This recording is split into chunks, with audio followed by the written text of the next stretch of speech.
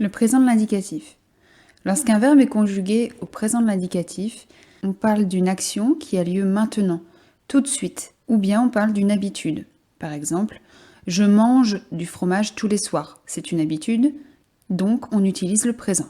Dans cette vidéo, nous allons observer comment le verbe change lorsqu'il est au présent de l'indicatif, c'est-à-dire que nous allons observer comment on le conjugue au présent. Pour cela, je vais prendre l'exemple du verbe trouver.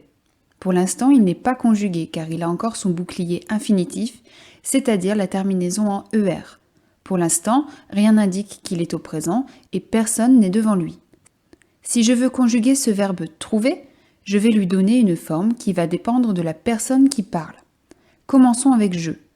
Dès qu'une personne parle, le bouclier infinitif disparaît. La terminaison ER a disparu. Il faut maintenant ajouter la terminaison qui correspond à je. C'est un E en bout de verbe. Au présent, ça donne donc « je trouve ». Lorsque ce n'est pas moi qui parle mais que c'est toi, on va utiliser le pronom « tu » et là, la terminaison sera « ES ». Tu trouves. Le S ne se prononce pas, mais on doit obligatoirement l'écrire.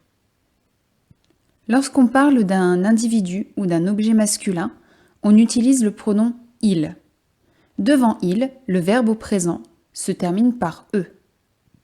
C'est la même chose pour « elle » quand on parle d'une personne ou d'une chose féminine. Elle trouve. Devant « on », le verbe au présent se termine aussi par « e ». On trouve. Devant nous, le verbe se termine par « on », O-N-S. Pour rappel, nous, c'est quand je parle de moi avec d'autres personnes.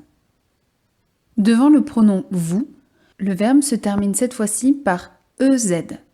Ça fait le son « et » et nous obtenons « vous trouvez ». Lorsque l'on parle de plusieurs individus ou de plusieurs objets masculins, on utilise le pronom « il » avec un S, « il » au pluriel. Alors le verbe prend également la forme du pluriel, mais un verbe au pluriel ne se termine pas par « s ». Ici, il se terminera par « ent ». Il trouve. À l'oral, on ne l'entend pas, mais à l'écrit, on doit impérativement trouver cette forme ENT. C'est également la même chose lorsque l'on parle de plusieurs femmes, ou de plusieurs filles, ou de plusieurs choses féminines. On utilisera le pronom elle au pluriel, elle avec un S, et là également le verbe prendra la forme ENT. Pour résumer, un verbe qui, à l'infinitif, a un bouclier en ER, prendra toutes ses terminaisons au présent de l'indicatif en fonction de la personne qui est devant lui. Ces terminaisons ne sont valables que pour les verbes en ER. Il existe d'autres verbes comme voir qui ne se terminent pas par ER, comme finir qui se termine lui par IR, et ces verbes ont d'autres terminaisons que nous verrons dans d'autres vidéos.